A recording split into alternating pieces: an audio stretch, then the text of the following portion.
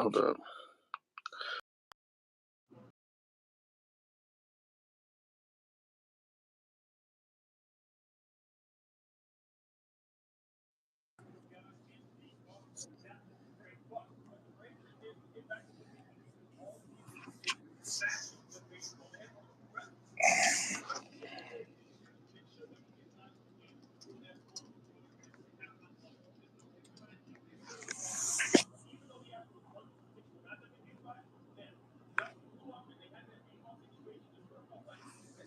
You know what it is, man. You know, we waiting for Parlay Hunter, but you know what it is, man. It's your boy Lifeofdgreen, man. We back with another episode. You know, I got that real crinkly, wrinkly tee on, man. You feel me? But you know, we gotta get it in. We in the we in the middle of the travel season, getting it in. You know, my squad won this week, 4-2. You know, my squad won this week, 4-2. You know what it is? You know what it is. It's Parlay Hunter, man. You know what it is. Work it, baby. Work it, baby. Twerk it, baby. Twerk it, baby. Yo, I'm just setting up my mic. Hold up. All right. You know what it is. It's Bro Best in the building, man. Week 8, man. We got a lot to talk about, man. I'm actually so glad we kind of gave it an extra day. We might even fine-tune to make this a Tuesday thing now that I'm kind of feeling this Tuesday because these Monday nights have been interesting. And was it interesting last night? When everybody, and you kind of called this, man. I said this. I said, hey, called this 2 months ago, man. This is Bro Bets, bro. Really we ain't, you know what I mean? We do this. You know what I'm saying? We do this. You didn't really say like, oh, I'm taking the Vikings. You were like, man, this is when we were looking at the forecast of the 49ers, you were like, this is the game I'm like circling. And it's crazy because we thought it was going to look different because Justin Jefferson was going to play or,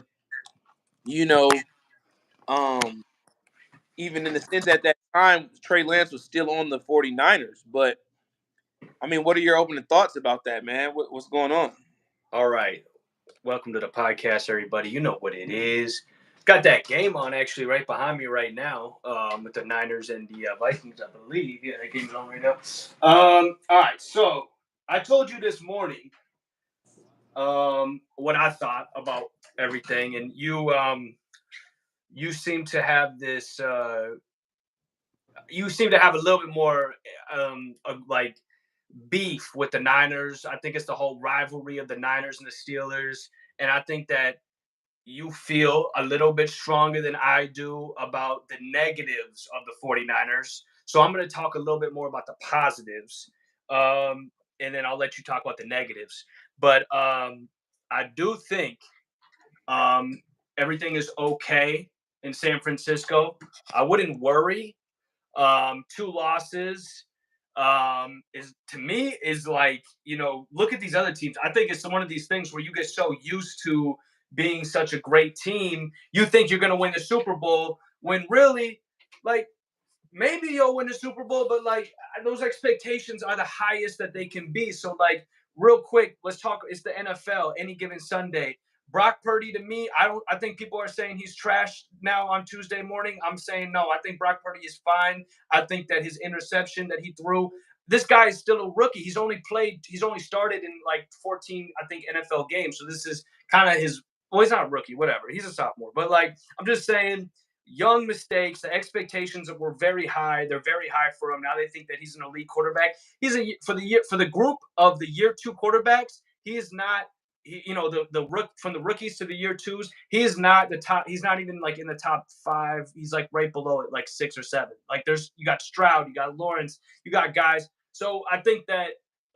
Is okay. The Niners are okay. CMC, he's still scoring touchdowns every day. What happened was, and I'm sorry for taking all this time and just rambling. What happened was the Vikings played a flawless game except for that first drive. I think there was a turnover in that first drive. But after that first drive, the Vikings played a flawless game. The Niners made many mistakes, and this is the NFL, and the Niners had nothing to play for, and the Vikings have something to play for because they're not going to tank. They're not having a tanking year, but they're not having a good year either. So I think so what we're looking at here is a team that was motivated and that was the Vikings against a team in the Niners who were not motivated, and they had a bunch of injuries. And it's football, so I think everyone's got the ability to be good and be great. They're all professional athletes. They're all football players. Even the bad teams like the Carolina Panthers, you can't count them out because they might be terrible, but they're all professional athletes. And if they're motivated and they're healthy, they're gonna play and they might win. And they played. They didn't get a lot of penalties. Niners, weren't motivated and they got a bunch of penalties. I agree with one thing you said. Barring Kirk Cousins, and I was sitting in here in my hotel room and I was watching the game last night with, some of that passion, potion mix, all of that good stuff. And I was like, here goes Kirk Cousins again. First play of the drive, like second, third play of the first drive, interception. I seen the interception line was minus 135 for him before the game. I would have took it on Prize Picks, but they kind of closed that quick. Anyways, after that, Vikings played a flawless game. In the words of Dwight, one of the 49ers fans that, faithfully is on this show, Yes. Bullies get bullied, and they got bullied last night by the Vikings. I mean, San Francisco 49ers looked terrible to me last night. Overall, I feel like that road trip slump is starting to get to them. They usually battle better in road trips, even having back-to-back weeks. They've done better, but yeah, it kind of hit them. No Debo, no Trent Williams. Made a somewhat of a difference. It wasn't like Brock Purdy got sacked a lot. I'll give you this. Brock Purdy did show some good flashes of escapability that will be vital come to playoff ball. But overall, they just defensively, it's not even really offensively outside of Brock Purdy's lack of awareness and just capability. You know what Dwight said too in our group chat. He said the dude needs the Avengers, bro. He needs the Avengers. He needs the Ninja Turtles, the Power Rangers, Transformers. He needs everybody to help. Is what that means. He needs his whole supporting cast. He's not an elite quarterback to do it on his own. He didn't obviously make those plays. Some ill-advised throws late there. Back-to-back picks to Cameron Bynum, who played pretty good last night, and safety very good, getting 2 interceptions. But I just think it wasn't even more so Brock Purdy. It was what the Vikings offense did with no Justin Jefferson to me. It's like you got Kirk Cousins playing with KJ Osborne, who I'm still waiting to emerge. I think the dude has some capabilities to eventually be a one, but he didn't make those catches yesterday that he needs. Some catches he needs to make, like Justin Jefferson. Yes, they're tough catches, but if you want to be a one, you got to make those. Jordan Addison, right behind you, 6 for 110 and 2 touchdowns. We know what he did right before the half on on Ward, just really bullying him, snatching the ball from him, bro, and just going 60 for a touchdown. So it's like he had a very breakout game last night. Definitely has the makings to carry this team if Justin Jefferson is injured. And I can't wait to see now with his confidence rising, Jefferson getting back in that lineup. Cam Akers and Alexander Madison effectively ran the ball last night. We talked about this 49ers front seven. Nick Bosa, nowhere to be found. Well, Cam Akers. Well, Cam Akers was heavily involved as well. Yeah, no, I said that. Cam Akers and Madison ran the ball terrific last night. But I'm saying, where was Nick Bosa? Where was Devon Hargrove, who you spent $80 million on in the offseason? Hey, defensive player of the year, it's Myles Garrett right now. It's not Nick Bosa. It's not TJ Watt. It's Myles Garrett. Anyways, yeah, Nick Bosa didn't show up. TJ Watt is second. TJ Watt is second to Mike, and then Micah Parsons is somewhere. Micah Parsons, Myles Garrett, and Nick Bosa can't do what TJ Watt did on Sunday. Here we go. They can't drop in coverage and make a play like that instinctive. Micah Parsons, Ed Reeded over 2 lines. You showed me that highlight. I've never seen him catch an interception. Did you see Myles Garrett jump over the whole line? That's showing his athletic ability. Does not mean he's the defensive player of the year, bro. Yes, he is. He had like 5 sacks as well, bro. Okay, against the Colts, Hillemeyer? No, it's not that. It's the fact that if you take Myles Garrett off of that team, they ain't winning that game. If you take TJ Watt off our team, we probably are what Reese believes that we are and I don't believe that. So, And Reese, another fellow guest of the show, 49ers super fan, has tremendous hate for the Steelers. Are we talking about the Steelers today? no, No. we're not. I mean, we No. could, but we don't really need to. We're 4-2, number one in the division. I'll say that. Leave it at that. We had a great win. I think we played great. I don't even want to get into that. But I'm All right. trying to get to the fact that the San Francisco 49ers have problems. They have issues that they need to address. Their Let's defense. say let's just say this real quick. Minnesota came out. Jordan Addison looks fantastic. I said that game was won when he caught that touchdown right before halftime, Oh yeah. and Jordan Addison is him. So hey, Jay Jets, like get healthy, and you guys got like a Randy Moss, Chris Carter thing going over there, and you guys could be dominant. Kirk Cousins, who I'm not a fan of, who I talk a lot of. You like that? Do Yeah. you like that? I like it when people prove me wrong. Kirk Cousins, man, he looked fantastic. He was really sharp last night.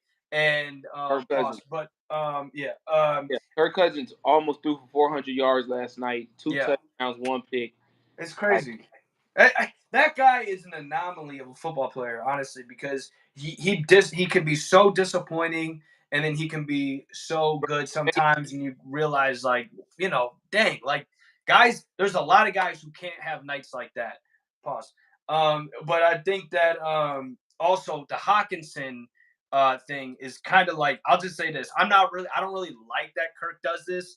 But if you are into what we talk about, just kind of like financially putting money on some of these games, but this is not a gambling show, and we know this is not financial advice.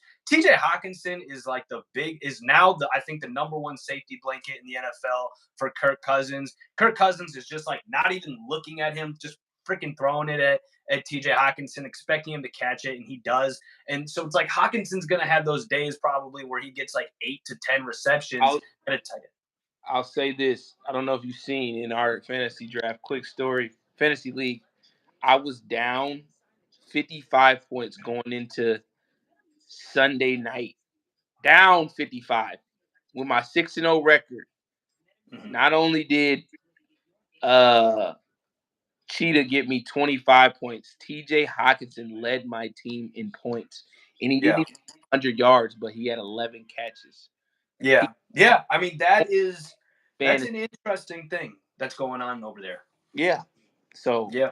Out to TJ Hawkinson. I'm 7-0 primetime buffs. We're still doing it. But yeah, to conclude on this, beating a dead horse, I think 49ers got some issues, bro. And we can't, it's not even because of Reese or Dwight or just us in general conversating. If we're going to talk about them being contenders in the Super Bowl, we cannot continue to just keep overlooking that they're not invincible. They got issues. They need things to figure out. Yes, when they're fully healthy and their run game is going, that's another thing. CMC was kind of banged up. He didn't run the ball as great. He shouldn't even played. I mean, no, he should have played if they wanted to win. If he didn't play, it probably would have been worse. Because now Elijah Mitchell is a shell of what he once was. We haven't seen him. Well, no, like Trent Williamson was out, and when that old line is healthy, they're all better. And CMC is great, but like when he behind the 49ers old line, he's a legend. Even for the Vikings to be a 7.5 underdog, like I didn't see that. I didn't see that coming. I thought they were going to lose. I mean, with no Jefferson, Kirk Cousins has been up and down. So that shows it's not that the Vikings are that bad. It's that the 49ers are not that good. And that's just, we got to respect that. I have to disagree. When you say the Eagles are better? No, I just disagree with you. Like stand on what you're saying. I'll let you finish. I just wanted to say that, like, I disagree with you, but go on. Do you agree that the Eagles are better though? I mean, it's like a potato.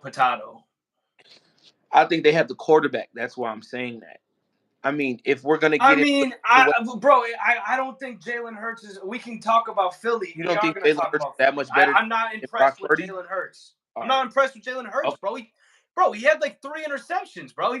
He's throwing it with guys with their hands in front of his face. I think Jalen Hurts is actually having a terrible season right now in the last few games. You For didn't see what that he time he threw to A.J. Brown late in that game? It's crazy. Yes, but let me just say this. I think his potential, his ceiling is so high, and I don't think he is anywhere near his ceiling. I think he is playing bad ball right now. I think he's throwing interceptions that he should not be throwing. And it's like, but it doesn't mean I don't think he's a fantastic player. I think I think he has the capabilities of being the best quarterback in the league. And because like last year when they were going to the Super Bowl and it was him versus Mahomes, Mahomes is still that guy right now. I'm just saying the potential. I don't think Jalen Hurts has even reached the surface of his potential. But say what you wanted to say about San Francisco, and then we'll finish. It's over. I just thought Okay. that the Eagles are better. On to a guy that was playing phenomenal on Sunday, former MVP. He's in my division. We've kind of slept on these guys. They have been playing lethargic up until this point. The Baltimore Ravens at home, 38-6, shellacked Detroit. I didn't see this coming. How about you? My first thoughts, Lamar's back. Offense looked great. We didn't see it coming. We both took the Lions +3 last week. Yeah. Yeah. I just think that whatever the offensive coordinator did this past week, I don't know, lit a fire pause under the team, and they performed the way they were supposed to. Receiver wise, I'm still waiting to see some better performances out of Bateman, Odell, and even Zay Flowers had 4 for 75. Didn't play that bad. Mark Andrews 4 for 63 and 2 tubs. But it's weird because it's like, yeah, Lamar was spreading the ball around. He was 21 for 27, 357. That's a phenomenal game. And it's not even that you don't have one receiver over 100 yards. So imagine when the Ravens get to that point. The one thing I will say about their performance, though, is they only rushed for 146 yards altogether. Because Edwards had 64, Lamar had 36, Justice Hill had 46 yards on a total of 27 carries. Now, I will say this. You're not going to always see Lamar throw for 350-some yards a game. So their run game has to continue to get better by committee. On the other side of the ball, Detroit, I just think it was a game they got caught sleeping. They needed it, like Dan Campbell said. They needed to lose a game like this to understand. No, we are calling brother. First of all, we are doing way too much pause. We can I think we could slow down on the pauses. Yeah, we're not Mace and them. I don't, it's almost confusing me. It's confusing. Like I feel like a regulated. Like I can't say anything. I'm trying to catch it, bro. I'm thinking about it. I'm trying to catch it. Pause. Yeah, but see, you just did it right there. So, see, if you think about it, then it's like, damn, fuck. I mean, especially after the news we seen with Dwight Howard today, I'm just almost. What's the news? I don't know. He got into some other like really same type of Dwight Howard shit, bro, and he's continued to deny it, bro. It's like, damn, dude. Don't even deny it, bro. It's fine. That's what I'm saying. Like that's what they're saying. We in the world now. Like, dude, you can be you. Like, dude, come on. Be you. Yeah, I don't care. I mean, we're maybe not gonna, root for you in the NBA or anything. But I'm gonna root for you. I don't care who you sleep with. I'll root for you if I bet on you and you're picking up them boys. I'm not saying that. It's even if you good anymore in the league. Like, that's the whole thing. He ain't even in the league. He's like on TNT. He's like, or does he play in the Tijuana League or some shit like that? Probably Tijuana. That was the last league. Yeah, Tijuana would make a sense. Tijuana or Thailand. Yeah. Anyways, Detroit. We've been canceled, bro. They weren't that bad. Detroit was terrible. What are you talking about? No, I'm saying from the standpoint statistically, Lamar. I'm looking at it statistically. Jameer Gibbs had the best game that he's had as a Lion. Amon-Ra St. Brown still 13 for 102. I mean, even Goff didn't he did kind of play pretty bad. 5 sacks, a lot of completion percentage was down, but it's just to me, yeah, the game looked worse than what it really was. It was just one team came to show up, another team didn't. So I would say the way that they play football is like the Dolphins or like the Kansas City Chiefs. And if you don't have the stamina, and Marvin Jones just retired today, so that puts that takes some depth. Nowhere retire? Yeah, he retired, personal reasons. So, Marvin Jones, receiver for Detroit, he just retired. So now that takes one receiver off of their core, and pause. But I think that like the way that they play ball, you gotta play ball like if you're gonna play ball like the Dolphins or the Chiefs, and you're gonna be doing that, then you got to be able to do it every week. And I don't know if Goff like I think Goff is really good. He's got a great supporting cast. You know, they start throwing the ball early, and you got Jamar. I think they're a little bit of like they did run hit Gibbs, and I think that might play over into the next week. But when they were talking about Montgomery and how he was going to be the guy, and the lead back, and then Gibbs is going to take second. I think that what they are saying is we're going to run Gibbs, or I mean they're going to run Montgomery, and if Montgomery's not there, Gibbs is a receiving type of running back, is that's how they said they wanted to use him before the league the season started. Um, I think that now you have this situation where they were running Gibbs in the second half. He played great, and now you have to be ready for him next week to play that Montgomery role. And I think how they came into this game against the Ravens was a failed game plan, and it did not work. And then the Ravens played. I mean, Lamar was balling, and he did what he does, and so it's a bad combination for Detroit. And my point is that you got to figure out your identity now. Week Mhm. 8, week Yeah. 9, Yeah. you guys got playoff potential. If you don't figure out your identity now, I'm gonna be fading Yeah. you in the No. Yeah. playoffs. Yeah, there's no. Yeah, I agree with you. There's no more practice games. We're week 8. This is college. Well, I'm talking college and NFL. We're talking about seeding for college. We're talking about college playoffs, and now NFL. We're talking about making those critical. It's still early a little bit NFL, but you.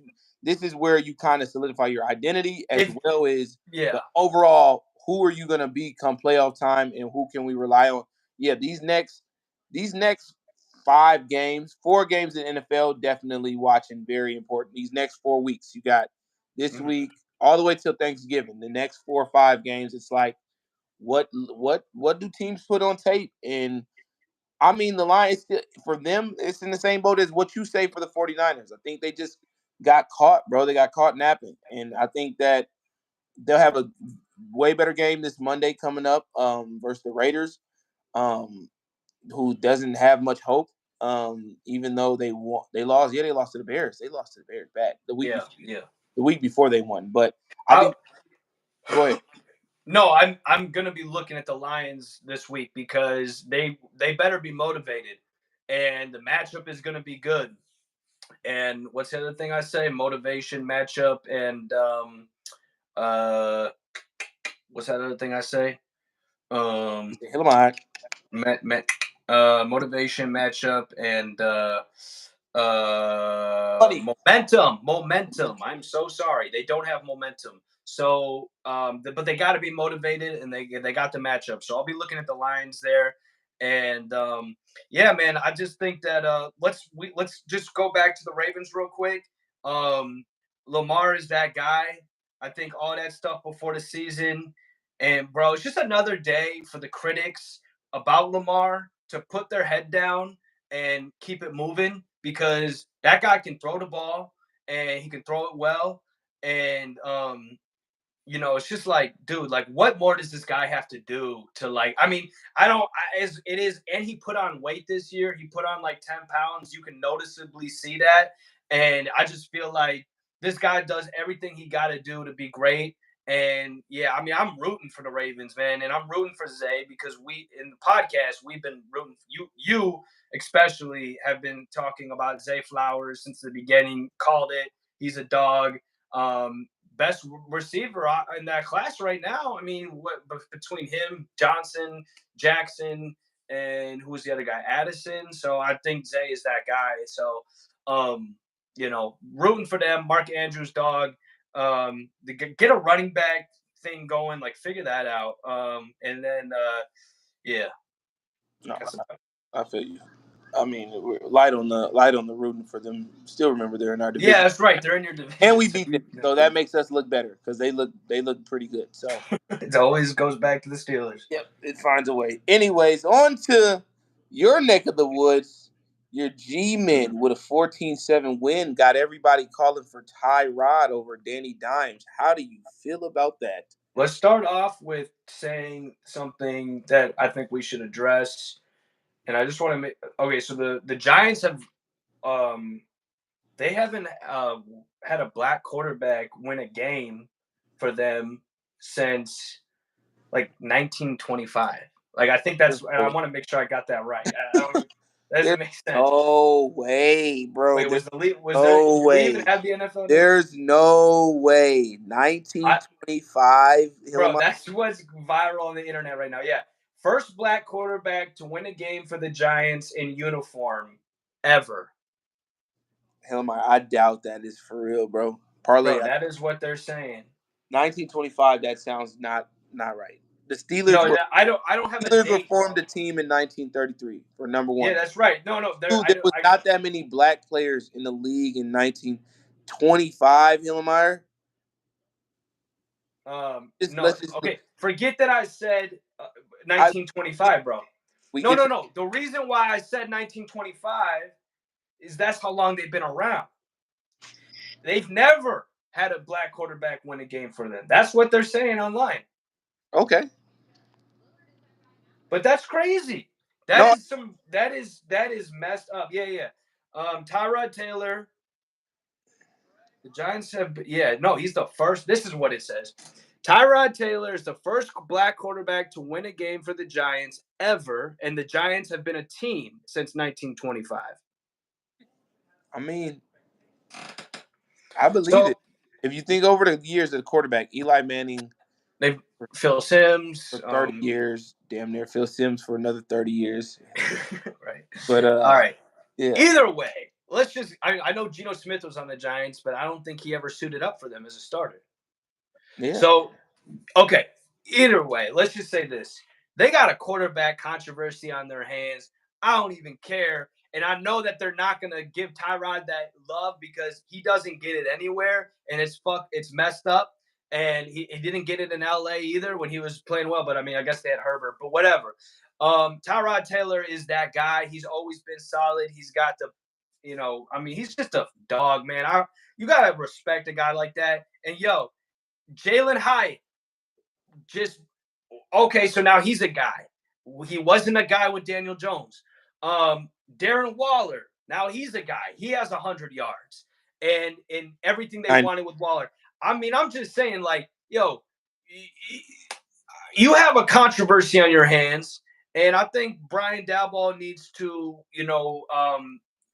he's got, we call him, what we call him. We said that he got balls. If you got balls, stand on what you need to stand on. And if you don't think Tyrod's a better quarterback than Daniel Jones right now, you're lying. And you're lying straight up. You're just straight up lying, bro, because Tyrod Taylor just made everybody better. He just won your first game. Like, bro, it's a wrap. If Tyrod's not starting, then, it's, again, some racist SHIT going on in the NFL. And I don't care what you say. Even if you gave that guy money, are you trying to win games or not? Let me get into it. Let me get to the situation here. First of all, Darren Waller had 98 yards. How do I know I was going to get some in fantasy? He did, however, score a touchdown. That was very reasonable to me in some other regards financially. But anyways, Tyrod, being that he won him this game, yes, things have to do with money. Now, yeah, you're talking about Daboll being a tough guy, making those tough choices due to his confidence. But I think that here you're in a situation, you just signed the deal. Now, yes, it's exactly what we were saying in the offseason. This was the risk. I would have rather seen them pay even Saquon for 2 or 3 years what he wanted guaranteed and franchise tag Daniel Jones. Now you're in a situation because now you can't even go get a rookie quarterback because you have to kind of draw this thing out with Daniel Jones, and you can re-sign Tyrod, and you can bank that you'll have a solid backup quarterback that'll win you games, but you still are forced to play Daniel Jones because you gave him that contract. So there's no getting out of that. Now, yes, what Rex Ryan said Monday on Get Up is correct in what you just said. He rejuvenated the energy in the locker room. Like everybody's hyped. Everybody wants to play. Everybody's, excited. Look at Saquon. Sometimes Saquon gets injured, and I don't know if he's really injured because then he comes back and looks like a fucking Hercules out there the next week. Like, dude's, just running, catching everything, going crazy. He 21 for 77 on the ground, 3 for 41 catches, and a touchdown, that one long touchdown pass. So it's like one thing that Tyrod does too that Daniel Jones does not do, and what Rex said, he protects the ball. Pause. He literally he's not throwing no turnovers, no interceptions, 4 sacks. That's not his fault on a couple of them. The O line is still shit, and so I think that Dayball does roll with, Tyrod when Daniel gets healthy. Why bring him back if he's coming off injury and he's not mentally ready to play? See Yeah. how many games this dude can continue to play and play within your system. Now, yes, there's more of a concern of this O line to get things together because if this O line can get a little bit more healthy, Saquon can rush for 100, 150 yards. He rushed for 77 on 21. So imagine you give him 30 carries average. That's a lot in the NFL nowadays, we see, because of where the game is going. But still, this is your bell cow. Run the ball. You got Jalen Hyatt. You got Darren Waller. Finally getting him involved in the game. He was a big free agent pickup for you guys, or trade, one of the two. So, yeah, this is your team. This is your city. The Giants, this is a big win for them. I think there was more of the, it wasn't even about the win more so. It was just about that we finally look like a football team. Yeah, and you give Waller a bunch of money, and you give Jones a bunch of money, you give Saquon money, and if Daniel Jones plays and all three of them stink, but if Tyrod plays and two of them play fantastic, it's simple math. You go with Tyrod. And I just hope Brian Daboll's got the balls to play Tyrod because he's a better quarterback. He's going to win him more games. He's going to help Jalen Hyatt's development be better as well because Jalen Hyatt wasn't doing nothing with Daniel Jones, and he's balling out with Tyrod because Tyrod's giving him a chance on one-on-ones, and Jalen Hyatt, that's what he's going to have to do. So, I mean, really, it's going to be, are the Giants going to shoot themselves in the foot again like they have in previous years, or are they going to man up and are they going to do what Brian Daboll did last year and have balls and do the right thing? You know what I'm saying? Because at the end of the day, we're talking about millions and millions of dollars that gets thrown around in this money laundering NFL $1 billion league anyway. So what is the big deal if Daniel Jones is sitting on the bench for a little while and he's still developing? You got him for 5 years. Maybe you can trade him, maybe whatever. But I do definitely think that you got to do the right thing. And hey, we know that. It's just proven that the Giants can win games with Tyrod Taylor. So I'm gonna tell you this: Daniel Jones better try to finesse the Giants as much as he can. He's not getting another contract on no other team. I'll tell you that right now. So okay, I don't care how good he looked. Proof is in the pudding of the history. He ain't getting no another contract. I want to just express a little bit on this other side. The Washington Commanders. We brought in Eric Bieniemy in the offseason, and it's just not clicking. Like yeah. one, they look good overall as a just team performance. And the next week they look terrible. But offensively, they've looked very lethargic. I mean, I'll The tell you, O line is terrible. the O line's terrible. Sam Howell's very questionable. And for me, it's like, bro, I went into fantasy going into the fourth quarter, not knowing if I'd have more than 1 point from Terry McLaurin, who's supposed to be, a number one receiver. And it's not his fault. I don't feel like. I think it's just the offensive scheme and things like that. So I don't know, man. I think maybe it's time for Riverboat Ron to get up out of there. I don't know. Their run game is terrible right now. 76 yards on 19 carries total as a team. That's not going to cut it in this league. So, yeah, I don't want to spend too much time on the Washington Commanders. There's no need to, but I just yeah, sorry. No, go ahead. No, I would just say the O line stinks. Brian Robinson is a great running back. He's fantastic. I think Brian Robinson can be a star in the NFL. He's a great running back.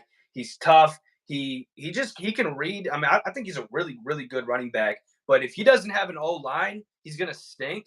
and that's happened with a lot of running backs in the past, and it's happening with a lot of running backs right now. And so he's got to have an O-line, but that O-line stinks. And the Giants took advantage of that. They kept 5 guys on the D line all day. They just kept rushing 5 guys, and the O-line could not stop them at all. So that now I think they got exposed, and I think we're going to see a lot more teams rushing 5 guys on the line against Washington, and it's going to be terrible for them because Sam Howell.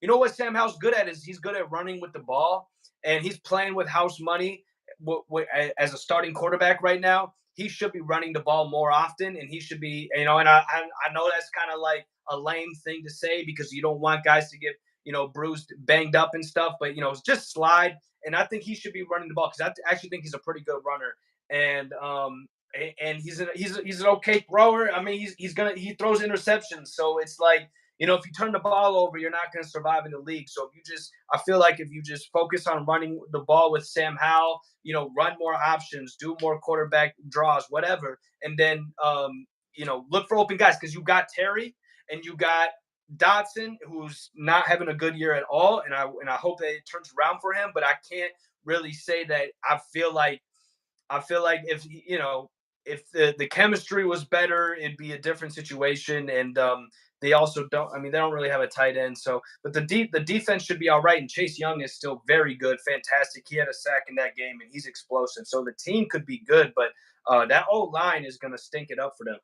Yeah, I would be remorsed going to our next topic if I didn't say, man, sometimes they don't give us the fun facts about things when we're giving you guys financial advice on sports betting. No. We're not giving financial advice. Oh, we're not giving financial. No, we don't give financial advice. We don't give financial advice. No, we never do.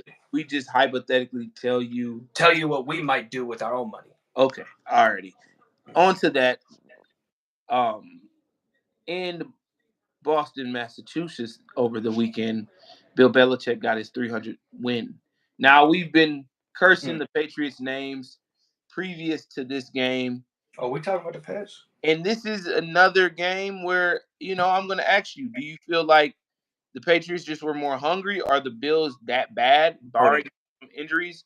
What's going on in Buffalo? Because at the beginning of the year, we were saying, hey, this is a top team in the AFC. It's AFC period, Kansas City, Buffalo, Cincinnati. We've known that for a while now. Those are the 3 teams that we can always count on because of the 3 quarterbacks, Joe Burrow, Mahomes, and Josh Allen. But Buffalo lost in the last game. Late drive by Mac Jones to Mike Gesicki doing the gritty as he always does. And it's the ugliest gritty ever. That is I know Justin Jefferson is just like rolling his eyes when he sees that. That is an ugly gritty. Anyways, just looking at statistics. Josh Allen, 27-41, 258, 2 tubs and a pick, 1 sack. Stephon Diggs only had 6 for 58 in the tub. James Cook, 3 for 46 in a tub. Gabe Davis, 1 catch for 6 yards. What's going on? You're going to get Davis is going to give you that, and I wish, Davis could be a consistent guy, but he's just not. Here's the thing. It's kind of like with the 49ers for me when I see this, but the 49ers still, in my eyes, are a better team than the Bills. But I want to talk more about the Patriots because I think what they did is more important. But what happened with the Bills, I believe, is that Josh Allen, he can be an MVP this year. Yeah, I think he's top 3 for Josh Allen. Yes, because okay, maybe not statistically, so he won't win it if it's not statistics, if his stats aren't up. But when the way he's playing and if they have a great record, it is going to be a huge part of that is going to be because of him and Stephon Diggs, but him mostly because he can do things that like it's like Patrick Mahomes, bro. It's like you see it and you're like, how did he get out of that? How did he throw that ball in that little tight window? I mean, I just think that he has been doing that. He was doing that the whole beginning of the season. He was doing it in that game a little bit. I think Josh Allen is an absolute dog this year. So I just believe that, again, it's another one of those games where they caught you lacking. And now I want to say something about the Patriots. They did what they had to do.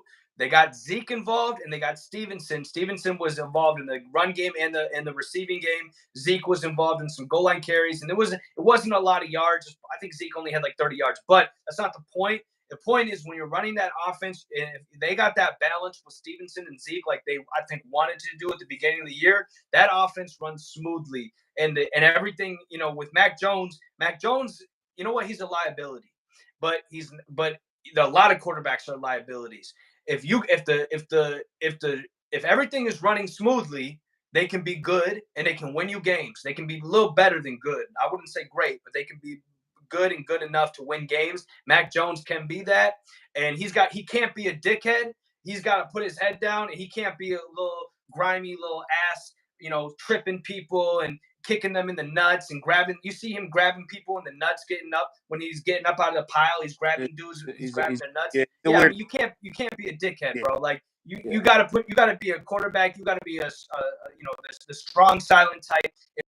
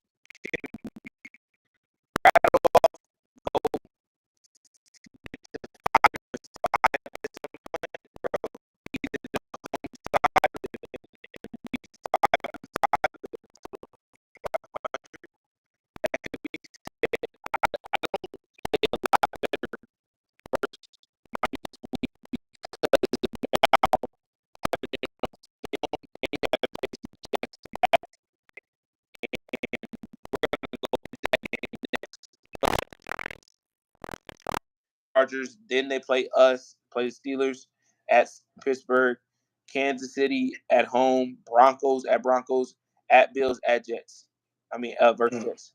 So there's some games that they could win, bro. I mean, I don't know if they get in the playoffs, but they finished a lot better than they started. And credit to that is the great Bill Belichick. And just to wrap up on this topic, man, the Bills just I don't know. I think they need to do coming to Jesus meeting with that offense, with that defense, with that coaching staff.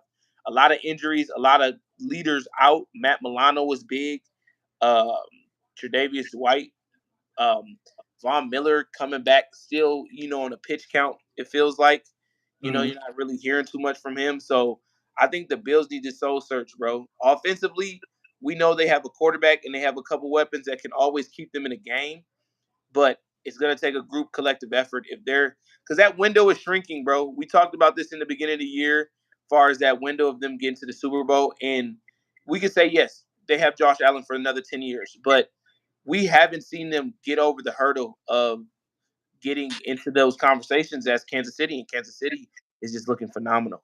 I don't even want to spend time on that Chargers game, but defensively, do you understand Kansas City is the number one team scoring defensively, and number two, number three in yards allowed and in turnovers?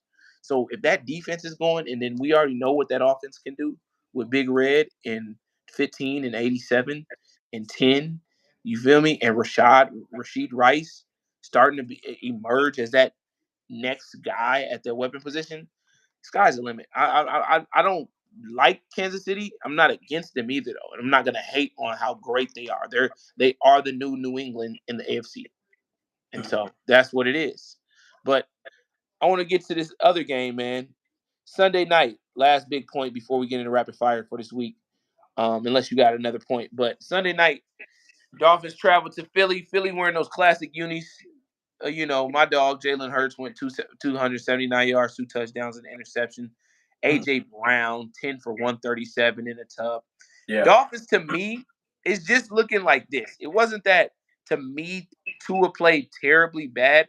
I mean, I watched NFL Live the next day. They kind of critiqued him and how he's been playing and things like that. And I understand what Marcus Swagoo was talking about, and just looking at like how Tua was kind of manipulating some plays. Yeah, if Tyreek isn't open, and so what Tua is trying to do is avoid those big hits. So pause. And so for him, it's like he's not trying to sit in the pocket and then get fucked up.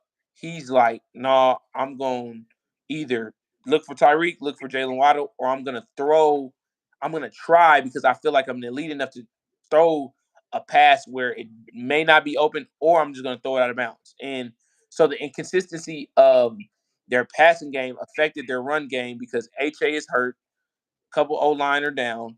Defensive side of the ball, no Xavier Howard, no Jalen Ramsey. So I still feel like they're getting in place. They're putting the puzzle together. And so a little bit different than the 49ers or the Lions or even, Buffalo. I think that the Dolphins are a team just like the Bengals that are battling some injuries and need to kind of get it figured out. But their way of figuring out is a little bit different. I don't know how you've seen it. I think the Eagles played good at home. This was one that they needed for a confidence builder. How do you see this game, and what did you see from this game? Okay, so Philadelphia, to me, okay, you asked me earlier about Philly and the Niners, and I actually do believe Philly's better, um, because I think their O line is better. And that's saying a lot because the San Francisco, when healthy, have a fantastic O line, but you just like that's how important the league is now. I think it's quarterbacks and then it's O line as far as the importance of your football team. And then, then you go down the list of the rest of the positions. But like that O line in Philadelphia is just so unstoppable. They might even have to change the rule next year on the tush push, because it always is just an automatic play, and now other teams are mimicking and it's working. But Well, I like what Sirianni said. If everybody could do it, they would. Mhm. But I think that AJ Brown, he just had like his sixth consecutive 100-yard game or something like that as well. And I just think that you look at you look at these things, and I just think that Jalen Hurts, he played a bad game actually. And I know you're going to look at the touchdowns and the yards, but he had turnovers, he made mistakes, and he's done it 2 weeks in a row, and they still are winning games. And I just think that when Jalen Hurts starts playing well, and he's not turning the ball over, and he's just throwing for 400 yards, 0 interceptions, and 2 touchdowns, and then a rushing touchdown. Like that's going to be his ceiling, and he's completely capable of doing it. Devontae Smith is a dog. They got their tight end as well involved. They got Goddard involved a lot. He was wide open in a lot of plays. So I just think that Philly has also had 9 turnovers in 7 games. Like they've been turning the ball over, but it doesn't seem to matter because when they have the ball, they can do whatever they want with it. They can take the clock down, or they don't have to worry about the clock. But it does seem like if they want to control the clock, which normally they do, they can control the ball. They can literally hold the ball for the whole quarter. Like it does, like they can literally take up 12 minutes. It's happened. It happened 2 weeks ago or 3 weeks ago against the Rams. They held the ball the whole first quarter. So it's pretty unstoppable, is what I would say, and Hurts is a huge reason for that, because maybe if San Francisco had Jalen Hurts, they would be doing that. So I think that I think Philly just looks phenomenal. Miami is a cheat code, and once you know, I actually think Achan was a huge part of that offense, and I do think that his ability was just having another guy that is a home run hitter just really put them over the edge. And I actually think he's a difference maker in games. I don't know if they win that game with Achan, but that is how high I am on Achan right now. I mean, just seeing what he can do, it reminds me of CJ2K. I mean, it's just unbelievable when you see a guy that fast just run through 3 layers of defense, and nobody can tackle him. So I mean, Miami is still very sneaky, and I think in the playoffs they're not going to be a team that you want to fade, because I think that Miami could beat anybody, and it wasn't their night that night, but I do believe that they can beat anybody, and that's just what it is. Tyreek also is still a baller; he's still going crazy. I think one important thing for Miami is going to be home field advantage. I just don't trust them on the road in the playoffs. I think they're a good team. I think that that's going to be important, and they got to figure out this O line thing. We keep saying O line for every team, but it is so real because teams like, I mean, even Philly for the most part. That you're right. So I agree with you. Jalen Hurts needs to get it together because his O line you never have to worry about. Kelsey in the middle, Lane Johnson, uh, the other boy from Alabama. They're phenomenal O line. So it's not about the O line. It's more about Philly beating themselves and the offense coordinator calling the right calls. But on that side, if Tua is not protected, that fucks up the whole passing game. It really kind of jacks up the rushing game when there's no, dual monster there with Raheem Mostert and HH. So Miami's gonna figure it out because too, we haven't seen them full strength on defense. And it will be interesting to me when Vic Fangio can get both of his corners who can play man coverage extremely well. Two guys that were top 2 corners easily in the league. They're a little bit older, but they still got some good ball in front of them. I think when you can get those two to play, it's going to look kind of like what we wanted to see in Dallas with Trayvon Diggs and Stephon Gilmore. But, the pass rush of Dallas is a little bit better. So Miami, yeah, they got caught napping again. A lot of teams got caught sleeping this week. If you notice, though, all the games went over, like I did say. There was a lot of overs this week in games. The Patriots game wasn't supposed to be 29-25. This game went over. I took this game at 46 right here. I don't think it went over its original line, but I took it at 46. Bears 30-12. Browns Colts 39-38. Like, come on, man. Ravens 38-6. That game wasn't supposed to do that. So, you had quite a few. So we're to that point, man, in the season where the great teams start to emerge, and it'll be an interesting week coming up, man. Let's get right into these rapid fires real quick. Let's be as efficient as quick we can. We got NBA tonight. We'll mention that at the end, but let's get to this NFL. Thursday night, Bucks at the Bills. Bucks open up the line at -8.5. Over under is 42.5. I am liking this to go over, and the reason being, I think that the Bucks can put up a little bit more points. They don't really have a run game, and neither do the Bills, and both run defenses are a little bit stout. So I think this game goes over. Two, the Buffalo has more injuries in the back end in their secondary. I think Baker, like you said, when things are quiet, he's playing better. We kind of gave him a little bit credit. He's taken two back-to-back L's. Now that the Bucks are on the road, he's gonna have to play good. Mike Evans getting involved. I don't see no corner being able to really guard uh, the Bucks receivers, or I don't see any corner for the Bucks being able to guard the Bills receivers. So I like the over at 42.5 here. Yeah, that's interesting to me. I could see it go over. I think man, I 8.5 is a lot, and it seems like the books are starting to really not are starting to really lose faith in the Buccaneers, and you know, but Bills are coming off of a loss. They're at home. Could be a shellacking. So I'd lean on the Bills. Alrighty. Rams going to the Cowboys. Line opening up at 6.5, 45.5 the over under. This is an interesting game because the Rams have two dynamic receivers, Puka and obviously my boy Cooper Cup. Uh, Cowboys are just on a bye week.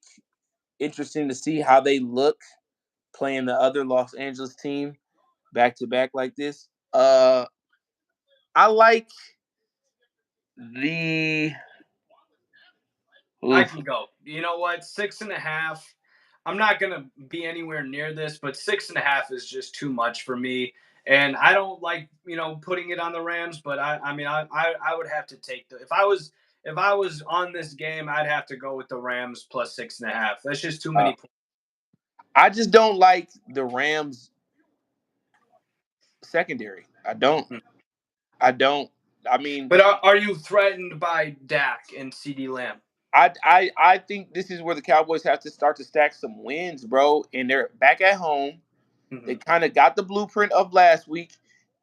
Forget CD Lamb. Let's get, like I said, let's get Brandon Cooks the ball. Like let's give him more targets. So I like I like Dallas -6.5. I'll lay the points here. I don't know if it goes over, but I like Dallas 6.5 because if my team could beat the Rams on who we had, the Cowboys offense is a little bit better. And yes, the Rams still got Aaron Donald, but the Rams DBs not it, not it. So I like I Cowboys -6.5. Okay, and I just want to point out that would just hearing what you said would also lean me on the over because the Rams had a really good game offensively, but they only put up 17 points against the Steelers. But you're looking at Puka's yards. Oh, he had a great game. Cooper was a little quiet, but I just think that the Rams losing at home as well. It's motivation to you're not they're 3-4. Like they're thinking that they're gonna be a good team. So at the end of it all. So I would also lean towards the over because I think that both these teams will be fighting, and that's what I got. Interesting game. Vikings going to the rival Packers. Border battle. The line is opening up even. Over under is 43. Usually I'm very like just yeah, go Vikings over Packers because it's like, um, being from the city, you got to be this way, and I am in Even this game. I've seen enough of Jordan Love. The shakiest thing about this though, it's in Green Bay, and Green Bay's defense finds a way to play good. I like in this game. Whew, I will say I I I trust the Vikings defense though. We're not giving Brian Flores enough credit. We just witnessed them beat the 49ers last night. We're not giving them enough credit. Give me the Vikings money line first half. Okay, so it's funny you said money line first half, and I would go the over under is 43, so they're projecting each of these teams to put up 21.5 points. I would bet on the Vikings to over put up 21 and a half points as a team, like a team points, because I don't know if they're going to win. I don't know if they're going to lose. I don't know if the Packers are going to put up 30 points. But I do think that the efficiency of the Vikings against the 49ers is enough to tell me that they're going to go over their point total. So I would take the Vikings over total points, 21 and a half. And I will also just say this about Green Bay. Jordan Love is on the hot seat. And he's throwing interceptions. He's throwing interceptions late in games. He's just throwing it up there into double coverage, and it's ugly. And that's not going to keep you around in the leagues for a long time. So I'm fading Jordan Love, but the defense is good, and LaFleur is an okay coach. So we'll see. Yeah, I'm with you, man. I'm disappointed in Jordan Love. This was his chance, you feel me, to prove, and he still got a lot of ball left. It's not like they're gonna get rid of him this year. Either he'll get another year, but he can't continue to put the same product on film as he is right now. Like he has to show improvement. Mm-hmm. We can't. The Vikings are good, bro. The Vikings are not a bad team. They're missing No. Justin Jefferson. O line could be a little bit better, but outside of that, their defense, I would say their weak spot isn't really their safeties. They could have a little bit better corner play, but even Byron Murphy is pretty good. And then their linebackers, I would say a little bit more better line, but their defense as a whole has played good, bro. Like Mm-hmm. uh, Cameron Bynum or whatever his name back there at safety, 2 interceptions last night. He's been playing pretty good since last year. I like the Vikings here, first half money line. And I mean, look, we're into the third game without Jefferson, and the Vikings have won 2 straight games. So it's like, when did he get hurt? He got hurt.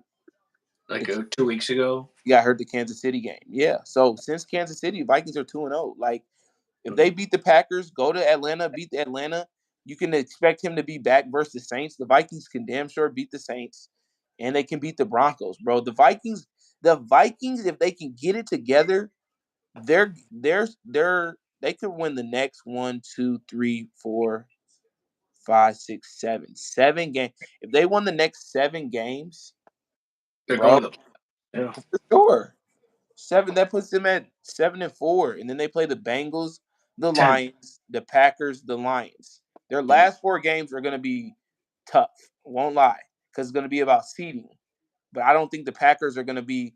The Packers could try to beat them just to kind of fuck their season up, but the Packers won't be there late in December 31st, New Year's Eve. They won't be that good. So I just think that the Vikings, this is where they got to start the ball. And Jordan Addison, continue, KJ Osborne. I like the addition of Cam Akers, bro. And I think KOD is a great coach, man. KOC is a great coach, bro. Like, he really understands the So offensive things, and he lets what's his name? He lets Brian Flores do his thing. Anyways, let's keep this rapid fire, man. We said rapid fire. That's my bad. Falcons versus Titans in Tennessee. Line opens up at a -2.5. Over under 36.5.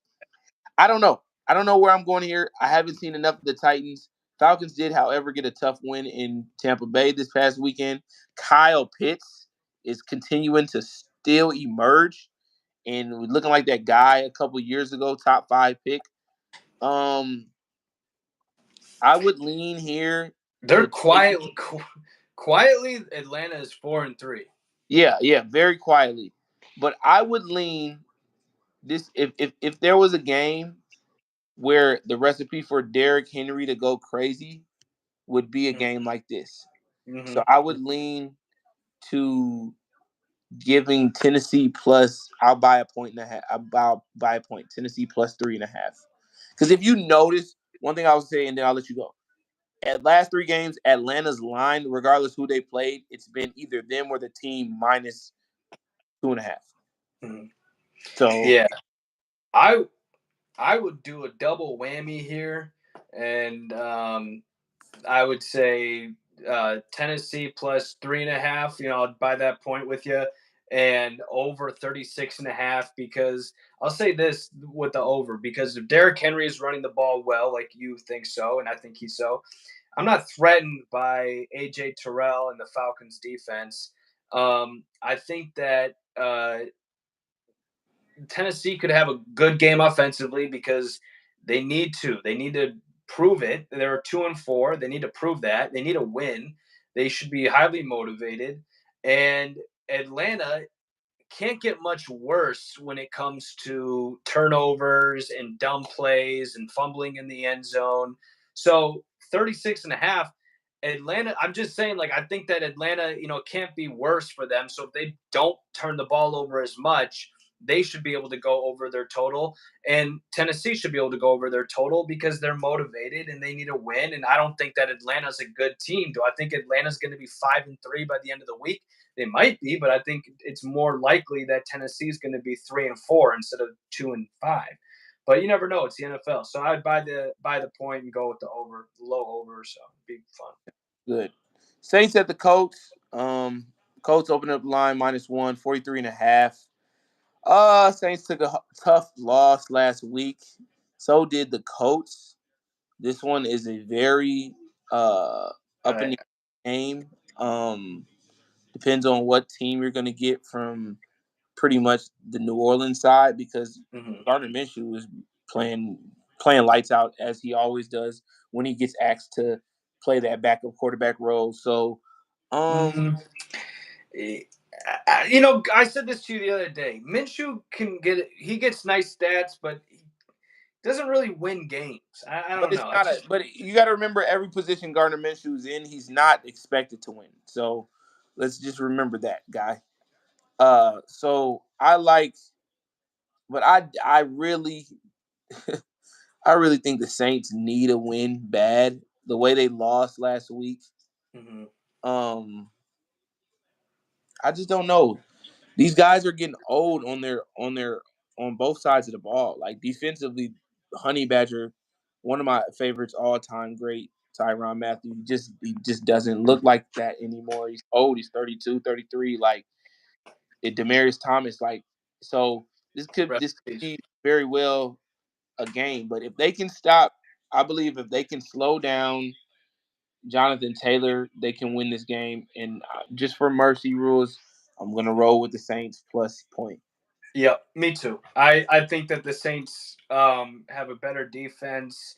I think Colts' defense is okay as well, but I just I'm not I just don't think Minshew can win games right now. So, and I'm sorry. I like it when these guys prove me wrong, but that's just the way that I see it right now. So, Like, it's not his fault. He wasn't the one that got them the kick blocked, or he wasn't the one with a minute and change left, give up a touchdown. So I don't listen, all the know what excuses you want in the this world, guy more to do as a backup quarterback than what he's doing. win games. Yep, and he's putting his team in the best position to do that himself. Anyways, Patriots at the Dolphins. The lines open up in -9.5, 47 over under. Now let's go look at this game real quick. You can share your thoughts real quick. The last time this game was 24-17 Dolphins. I think this game will be a lot different. Um, I just think it'll be a lot different. J.C. Jackson is back there. Christian Gonzalez kind of, you know, took care of Tyreek. Dolphins back home though. I still don't think no HA, but I think Bill Belichick understands what Mike McDaniel want to do with that run game. Um, this has the potential to go one or two ways. I can see it being a blowout, but I'm not gonna give this the shellacking of the week. I do, however, I would tease this down and go Dolphins money line. I just don't like them at 9.5. Dolphins have been a very high price ticket in a lot of games this year, and I don't like that. So what? So So you're taking the points with I New would England? tease it all the way down with a 7-8 leg parlay if it was me. Just don't like it myself at So 9. okay, you tease it to what, 14 with New England? No, I would. Oh, If Miami minus the 7. Dolphins are gonna win, I just tease it down to maybe -3.5. Okay. Maybe -3.5. I just think that they're not giving the New England a lot of respect, which they don't deserve too much respect. But 9.5, and Miami hasn't like. I'm just thinking about that Carolina game. Look how that Carolina game started. Now it's different if Carolina goes up a couple touchdowns. I mean, it's different if New England goes up a couple touchdowns like Carolina did on Miami. Bill Belichick's going to run the ball, slow the game down, use the clock. So Yeah. 9 is a lot. Yeah, I don't even think I think that your idea of teasing it down is the way to go. I can't really say, like, I agree with you. I think if the Patriots are going to win this game, they're going to do what I was saying. Like, they're going to run the ball with Zeke and Stevenson, and that runs the clock down, and then that means less points. And I don't know with with the Dolphins, they're capable of putting up 70 points. So it's, I don't really want to go anywhere near that. So I would probably, with an under or anything. So, but and then again, if they go up really quickly and they want to control the ball, it could go under because, maybe the Patriots are playing catch up and they can't throw the ball. So I think teasing it down is the best way to go as well. Here we go. MetLife Stadium, Mm, Sunday at 1 o'clock. Are you riding with the green or are you riding with the blue? go big blue. I would have to say, Line opens up by -3 on the Jets, by the way. 36.5 over under. man, it really matters if Tyrod's playing or if Jones is playing. I think Tyrod's playing because I Jones think is still. Tyrod's playing. Yeah, I would look at the gosh. I won't be anywhere near this. I would have to say first glance, I'm thinking the over 36.5. There's Hey, probably value there. It's just like it's such a low number, and Tyrod is heating up with Waller and Hyatt and he only Slayton. scored 14 points the last game, though. Yeah, I know, but heating up. So heating up. They might put up 21, Jets and defense then is pretty good. huh? Jets defense is pretty good. Hey, I am going to go with the over. All right, Okay, all right. all right. Tyrod, he's heating up. Jets been heating up. Gardner's been okay. He hasn't been having killer season like he was last year. So Quentin's been playing well though for that defense, and I still would take the over 36 now. I don't know about the over. However, I think, man, you know what, man? I'm gonna have to do it. I'm rolling with Johnny in this game. Okay. Johnny Ice Cream, not Johnny Football or Johnny Manziel. Johnny Right. Ice Cream in those Jets. I'm gonna take the Jets money line here. Okay. Yeah, and another thing is the Giants defense was really bad earlier this season. They played good last game, better last game, but if they're going to have a bad game, the Jets might put up, 25 points and then the Giants might put up 14 and then it goes over. That's why I'm gonna take the Jets money line. This next game, you know where I'm going. No need to even ask. And the line is kind of disrespectful. I mean, I would have just low key. I would have made this line. Actually, if I was Not in this. Vegas, I would have made this line -3. Jacksonville, but they want to go 2.5. Cool with me. I'll buy a point, regardless, because that's just what we do. We were a 3.5 underdog versus the Rams last week. 5-2 Jacksonville coming in. We're not the Saints. We wouldn't go for any of that BS. And two, our tight ends wouldn't drop the football like that late in the game. So give me my Steelers +3.5. You know what it is at the house. 5-2. Then I want to hear first take and get up talk about the Steelers next week. And you know what else we're gonna do, Parlay? You looking at me?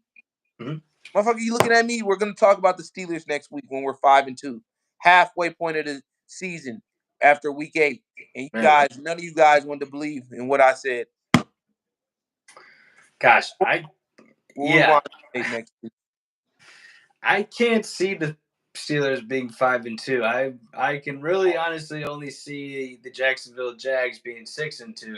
Wow. So, but it's the Crazy. NFL. Hey, just hearing me say that would, because it's the NFL, I would bet against that. So, but I still would have to go with Jacksonville here. I think ETN's balling. Ridley, he's a baller. T. Ridley got Law's a me baller. 1 point last week, and Listen, he is a dog, and I respect him. I don't want him to play well. This is one of them games where it would be some shit like that, but no, Ridley has it's weird. It's every other game. It's like one day he'll have 8 catches for 100 yards and a touchdown. Next week he'll go for a total goose egg. But Christian Kirk is balling. Evan Ingram he's hot. He's hit or miss, but when he hits, Evan Ingram's a baller. ETN is a stud, and the defense is fast, and they got a lot of guys on and they are clicking at the right time. I remember saying it a few weeks ago that when they lost a game early in the season that just was early in the season, they were going to click later on. Now they're clicking, and I love the Jags. I love the Jags to make a well, you a know late what? run, Hillamai, we're clicking too. bro. I And we don't. got a good defense, and we got number 90 and I know, 56 bro, and rushing. you have every right to ride with your guys. Pause, but I just feel like Yeah, at the end of the day, bro, this is who I like. This is who I'm picking, and I'm picking the Jags. I've liked the Jags all year, and I even like the Jags to make us to run to the Super Bowl. I'm gonna say right now, wow, I believe wow, wow. right now, Week 8, I'm picking my Super Bowl AFC representative. It's gonna be the Jags. That's crazy. All right, we might as well just close the laptop for the rest of the day. Let's just go through these next games because now you just really just said the drunkest shit you could have possibly said. 6-1 Philadelphia Eagles going to Washington. I don't even want to spend no more time on the Steelers game. I know we're gonna win. We're gonna be 5-2 anyways.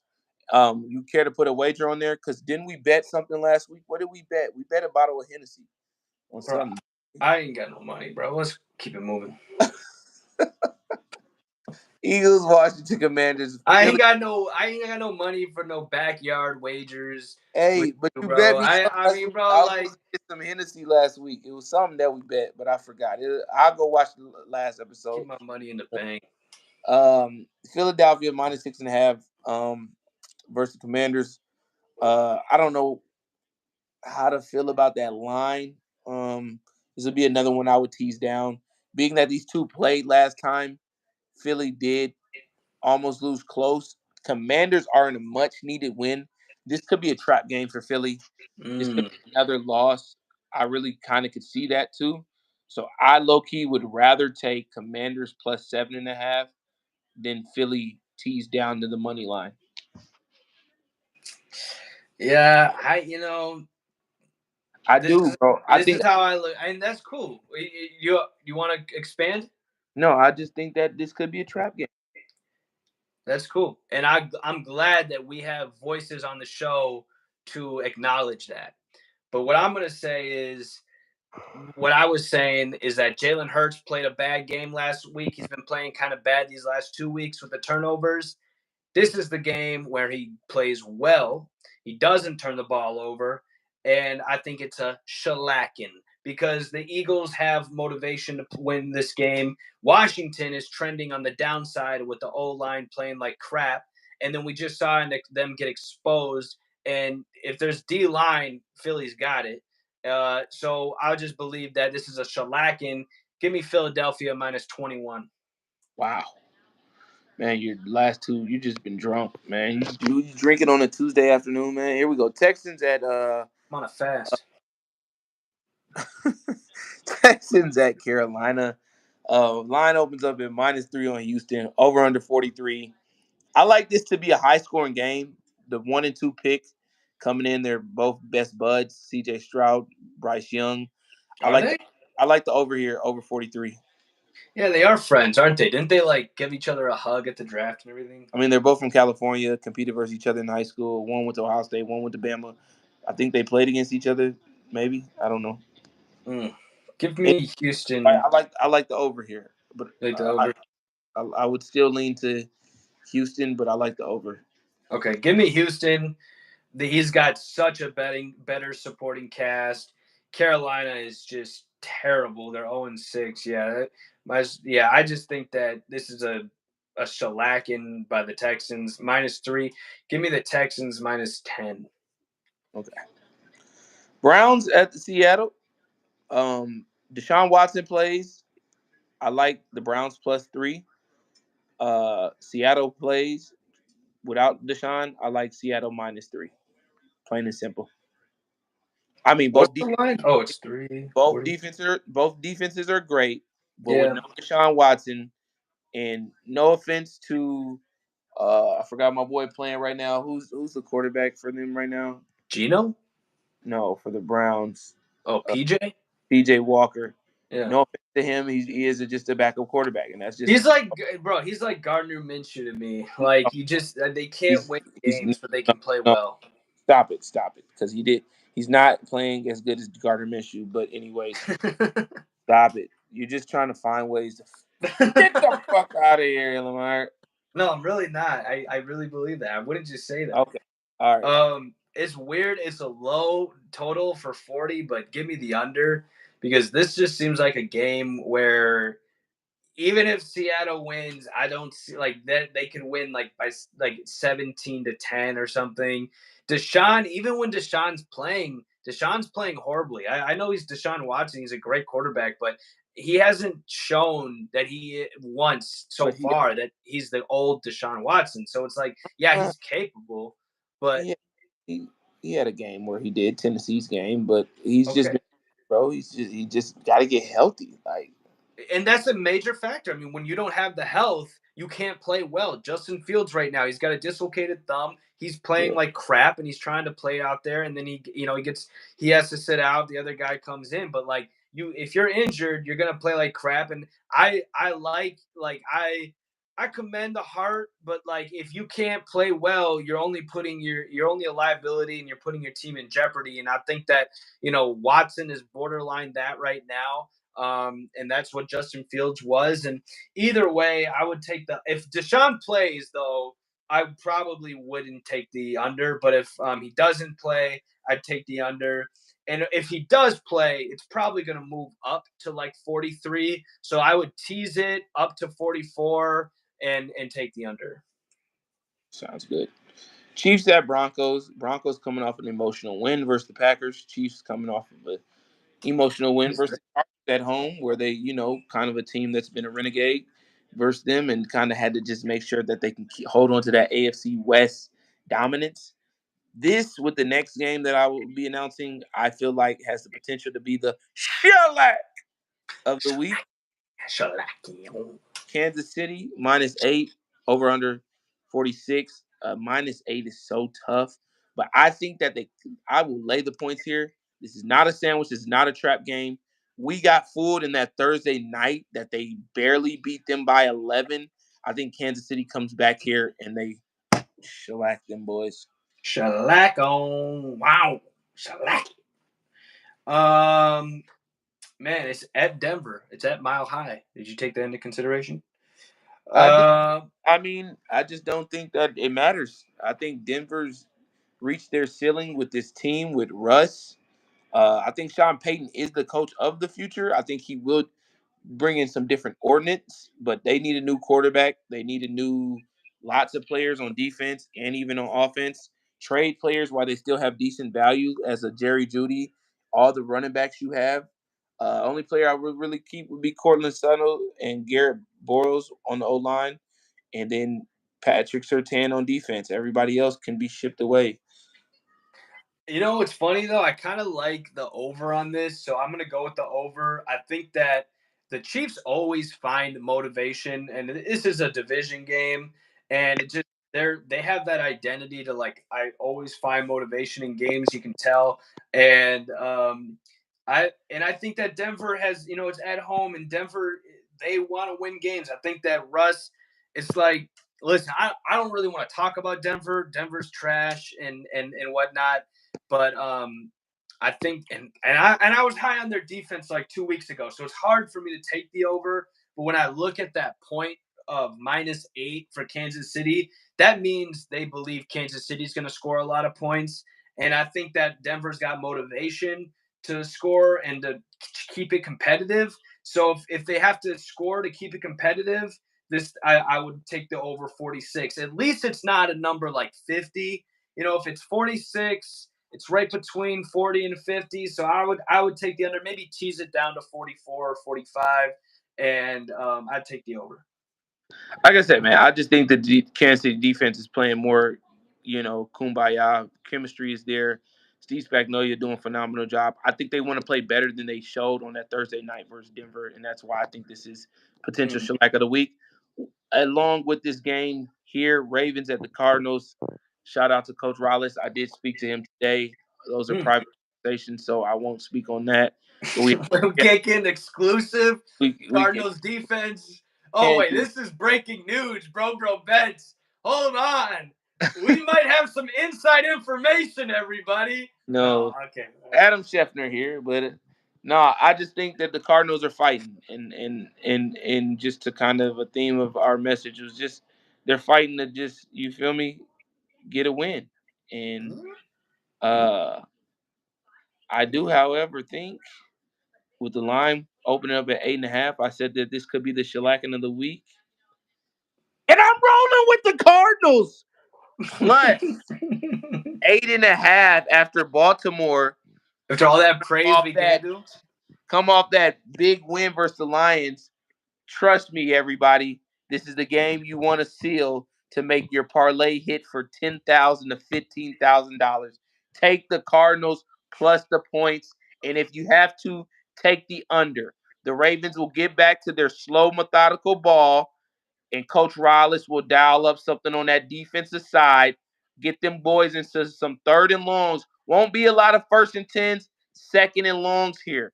It'll be a lot of third and longs that I don't know if Lamar's going to be able to, get accomplished. And I like the Cardinals here plus 8.5. Trying to dissect if there was any information that maybe came from that conversation that you had with Coach Rollis that you just put into that take there. We'll have to watch this back on replay and re-listen to that again. So I would think that we gave Lamar a lot of praise. 44 points is the over-under. The line is 8.5. Vegas is thinking Baltimore's got to score a lot of points, but 44, they must be thinking that Arizona's going to score. Give me the under 44 and give me under 44. That's it. Defense is the name of that game. Defense is the name of that game. Give me under 44. Alrighty. Bengals at the 49ers. Line opens up at a -5.5. 45 over under. It's an interesting game, man. Do the 49ers bounce back? What are the Bengals looking like coming off a bye week? We've spent a little bit of time on the Bengals. We haven't really seen them in a prime time game. I guarantee this will be the 3 o'clock slot game of the week. I think this ain't prime time. This is 4:25 game. I'm saying, but this will be Tony Romo and Phil Nance and whatever his name is. But I think so. Everybody will, all eyes will be on this game. So I just think, I think if this is the thing, I'll take Cincinnati plus the points. That doesn't mean that I think they'll win, but if Jordan Addison did what he did to Chardavius Ward or whatever his name is, imagine what Chase can do. And you have Higgins, and you have Tyler Boyd. You have Joe Burrow, who is a better talented quarterback than Kirk Cousins. O-line, I wouldn't say is better than the Vikings O-line, so that will definitely play a part. I think Nick Bosa definitely gets a sack in this game. He was quiet for the most part in last night's game. But I will roll with the Bengals plus 5.5, and I do like the over as well. I really badly want to take Bengals money line because This is football, and you just love to see it. Coming off a bye is kind of hit. Sometimes you don't really know what's going to happen, but sometimes it's good. Sometimes they're all healthy. Um, yeah, so I like I'm parlay hunter. I like to gamble. I'm gonna take the money line with the Bengals. I don't need no 5.5. I want the money line. I want that plus action, and it wouldn't be big or nothing. I know how to grade my stuff. I know how to make sure I'm put everything's evened out. I'm not like just going all crazy betting the house, but I will take the Bengals money line because I like football and I like excitement. No, I do. I think this would be an interesting game. I think Trent Williams will find his way back in the starting rotation. Debo's still out with a shoulder injury. So that Debo injury is important. Now that I see what people were talking about, just the motions and getting involved, and it helps out Brock, it helps out CMC, it makes things move efficiently. So I think that this is going to cause Brock Purdy to play another game that he's going to have to play like he did last night. He's going to have to throw it for over 30 attempts, and we'll see what he does. Now, Brandon Ayuk is an elite top 10 receiver to me in the league, talent-wise. Production might not be all there just because they're a balanced team in San Francisco, but this is another game. We spend a lot of time on the 49ers, and you know, respect to them, rightfully so, but I like the Bengals plus 5.5. Yeah, and you have to look for value when you're doing what we are, insinuating that what we do with our own financials, and that's value, right? I mean, the Joe Burrow and the Bengals, you know, plus 210 is the money line. That's what I'm talking about is that money line is plus 210. So essentially, however you divvy up your placements of financials, if they're all even, that one in particular is worth two. So if you don't mind losing once and then you win it somewhere else, well, here you can win two. So that's a value. That's a value that there's value there. Yeah. Bears at the Chargers. Chargers opening line at -8.5. That's some disrespect to, the guy, young man, taking over for Justin Fields. Phenomenal game versus the Raiders. What's his name? What's his name? Oh yeah, we don't know his name. So what's disrespect here? Because I feel like we're pretty disrespectful because we don't even know his name. Shoot. It's like Hickory or something. We It's like expected this game to be when the people uh made the schedule. We expected this game to be better. I mean, but the Chargers aren't fucking great themselves. They're 2-4 right now. Like, I think this is a game that they get back on track. I don't like the line at -8.5 because the Bears have played good. They kind of know the formula without Justin Fields. Make good plays on offense, play good defense, and run the ball effectively. I don't know what the Chargers' identity is. One week it's run, one week it's pass. Austin Eckler has not been a fantasy factor, nor has he been a factor at all this year. So I would just stay away from this game. I don't care.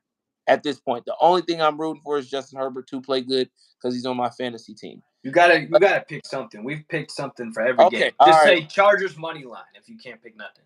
I'll say Chargers money line first half. Got you. Um, by the way, his name is Tyson Baguette. Named after the famous bread. Okay. Um, Yes.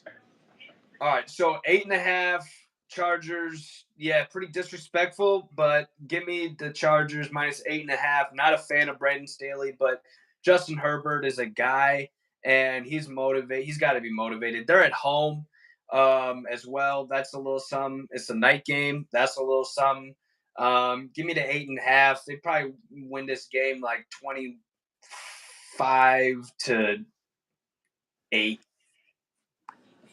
Mm. 24 Raiders to 8. Lions. Yeah, Raiders 24 Lions. to 8. Ra- Um, Raiders Lions in Detroit. First time since 2018. Detroit has a Monday night. Line opens up at -8. Over under 45.5. You know what the interesting thing I want to talk about the Raiders real quick because this is yeah, interesting before yeah. we talk about the Lions. Anyway, I think the Lions will win. why is there very high lines? I feel like these lines are very early, like eight. All these eights that I'm seeing, they need to come down to about even 7. So I think that they will by the time game times hits. So I will, however, lay the points with the Lions. Though I think they come back with a vengeance. I don't think this game goes. I do think this game goes over because of the reason what I'm going to say here with the Raiders. This is the last game, I believe, that Devontae Adams will play in a Las Vegas Raiders uniform. Oh wow. I think the trade deadline is right before November, or it might be this last week. So he may still get traded this week because you did see, and I posted on our website, Kevin Bird got traded from Tennessee to the Eagles. Mm-hmm. And that was a big trade right before the deadline. Tennessee wanted to clear up some cap. They're in a rebuilding stage. Eagles wanted another piece to that defense to shirt up their back end and their secondary. I can see the same thing. It was a project. Derek Carr left. You see what Devontae Adams said last week. People thought he was selfish. I understood what he meant. It was kind of selfish in how he said it, but he was just basically saying, "How can we win games if I'm the best receiver and you're not effectively getting me the ball?" Which I respect. This dude a couple years ago, for 3 or 4 years straight, was the number one receiver in the league. He was in the 99 club. Even as a Raider, he was in the 99 club. So my thing is this: they got to find a way to make this situation right. Whether that's getting him the ball more and just riding the season out, or they trade him right here before the trade deadline. This will be the last game we see him play. So I think that he'll go off for 100 yards just on a good note to show good value at his age and get him traded either back to the Packers. Because this is the thing. People think he want to win a Super Bowl, in which he does. But I guarantee you, if you traded him back to the Packers, he wouldn't mind finishing his contract out next 2 or 3 years with the Packers and retiring if he knew that he couldn't win. And who's to say he couldn't win? Now you give him back to the Packers. Jordan Love plays instantly better. The Packers are back into playoff contentions, and we go from there. Or you trade him to a team like the Pittsburgh Steelers, and you then for sure have the Steelers winning the AFC North and going deep into the playoffs and fucking over your fucking Jacksonville going to the Super Bowl. Mm-hmm. Lions -8, and I'll take the 45.5 over. I think that Lions are highly motivated to win this game. They're at home.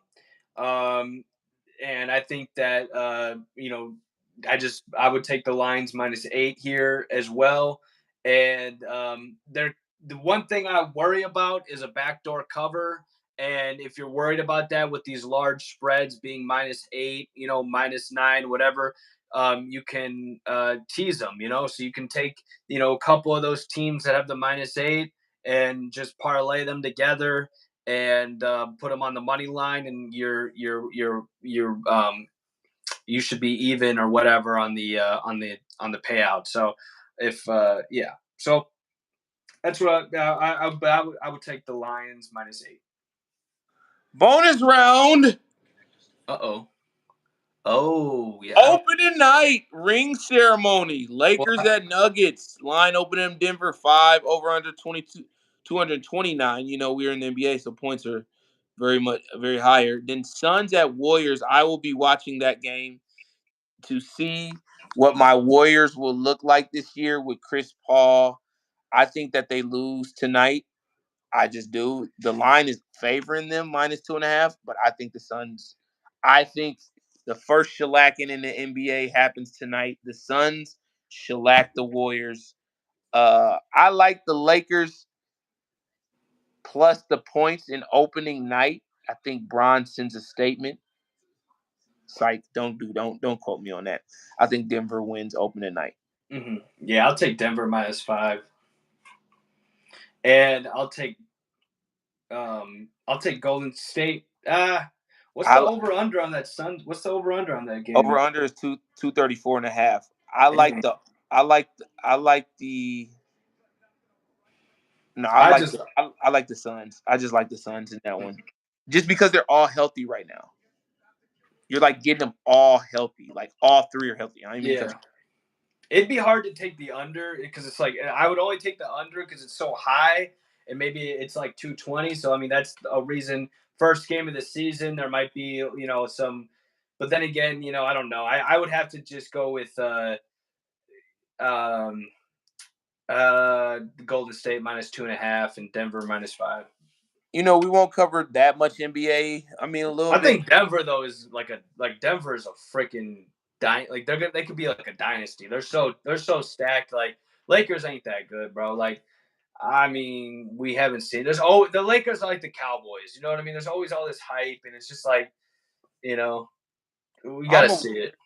I'm a Warriors and a Bucks guy, and occasionally I root for the Wolves to win just because I'm a hometown guy. But I'm very interested to see how good the Bucks will be this year. I think that trade is phenomenal. I think the trade for Drew Holiday to the Celtics is big for the Celtics, but I definitely like Dame in Milwaukee. I Yeah. can't watch that. But yeah, I mean, any headlines? I know Ja has 25 games without, so we won't see Ja in this first quarter, but What it's happened to exciting. Ja? Remember Ja, gun, pulling the guns out. That's happening this year. I thought that happened last year. No, he's got 25 in the beginning of this regular season, bro.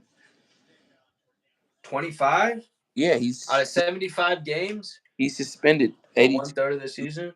He's suspended 1/4 of For the season. for like showing the gun on He Instagram. did it again. He was in the Oh, car. so this suspension is for the second time. Yeah. Okay. He already served the suspension for the first time when he was at the So club, now right? another 25. People thought he should have got half of the games. He should have got 52 games, but I mean that would have been crazy. That would have been crazy because he would That have. would have been crazy because they probably wouldn't have made the playoffs. 25 games is a third of the season. That's still gonna affect their playoff chances. Oh yeah, I mean, shoot, like that's huge. That really might still make them miss the playoffs. Yeah. Like, man, like if you're packing, don't show it. Like that's just stupid. Like that's pause. bro.